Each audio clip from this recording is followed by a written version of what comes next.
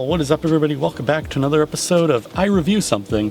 And today I'm in my car because, because that thing has to do with it. And it's this. It's the BlueDriver scan tool.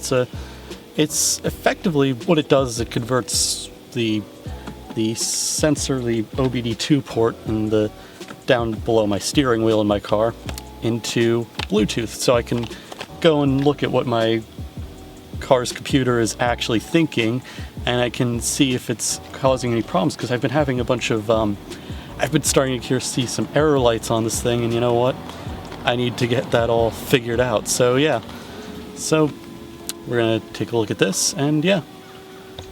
Alright, so here we are with the thing. It's got the box. Yeah. Now, the thing that makes this a better scan tool is that, well, it supports any car from 1996 and newer, and unlike hardware scan tools that probably don't have internet access, it can actually, it doesn't have to really go obsolete, because, well, as long as a car has an OBD2 port, it can just keep updating it with new cores and new configurations for working with it. And yeah, so you get a nice little sticker. So there's a little box inside the box. You get a sticker with the logo on it, and a little thing telling you that the app exists and you should probably have it in order for it to work. And then here's the thing itself. So it's a pretty simple little device. You got your OBD2 port out the top, and then, all the stuff in there to kind of convert it. And, it'll convert it to Bluetooth, and you could use the app on your phone to interface with this, and it'll talk with your car, and it'll do things with it.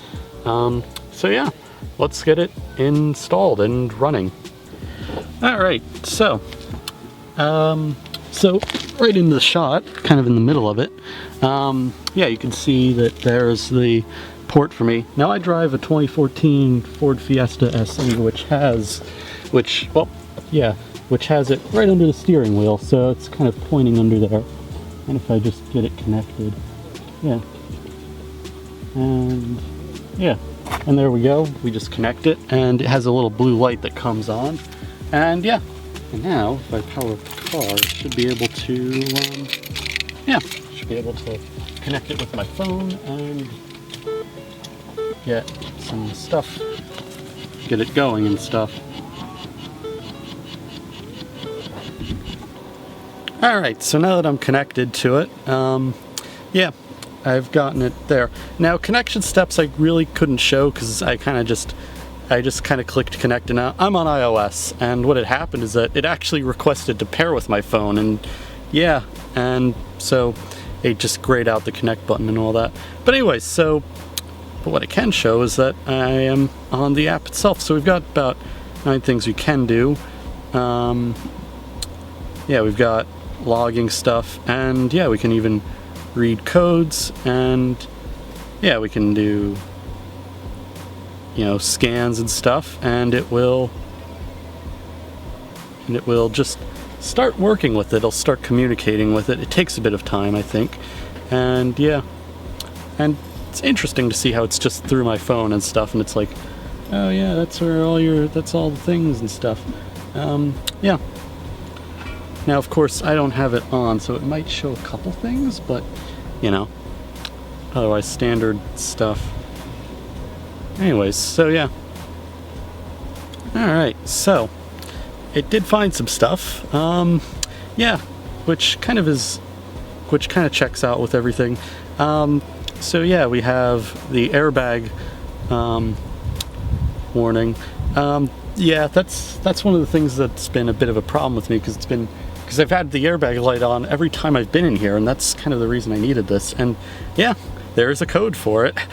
And yes, and of course I have to agree with their EULA and stuff. And yeah, what it does is it has definitions, and yeah, and I think when it had me sign the EULA and all that, it gave me all the information about all the things, like how to fix it, and yeah, and basically, and how common it is actually, because yeah, they have everything for like how common it is for my car, and yeah, apparently this happens quite a lot. And of course there's also this other code, which is basically I don't have my seatbelt on. I could fix that easily in 2 seconds. It's just, you know, it happens. You know, I don't need to take some serious action. I'm not driving right now, so that's obvious, you know. So yeah, pretty interesting. And yeah, it'll tell me how it all is and what to do with it. And yeah, it's a very neat thing. It'll just, you know, it just lets me do stuff. And it even can do other scan tool like things, like, you know, do live recordings of how things are going as you drive, and you know, and it's a pretty advanced tool, and you know, and it's all through the phone, and it's just great. And yeah, you can even do things like statuses, and you can even get information about what the car is, you know. Yeah, it does have a lot of stuff, and yeah. Now, I'm not too advanced with these things. I know how to get the codes off of it, and I know how to get data through it, but yeah, it's very interesting. It's very straightforward. I've worked with other types of scan tools for older cars. Yeah, and none have been as straightforward as this. Like other ones, you might have had to enter like the VIN number of the car. This, it just, like when it connected, it was like, oh, you have a 2014 Ford Fiesta, and it was able to kind of scrape that data out, and it just works. And yeah, so I guess if we're going to review this, I guess I'm going to give this a nice 10 out of 10, you know, because it does what it's supposed to. It tries to make the information about what scan codes really, you know, the scan code information, it makes it easily digestible. You know, people like me, I don't really, you know, I know quite a bit about cars, but I don't know a whole too much about it, and you know, it's very complex to have a lot of stuff about it.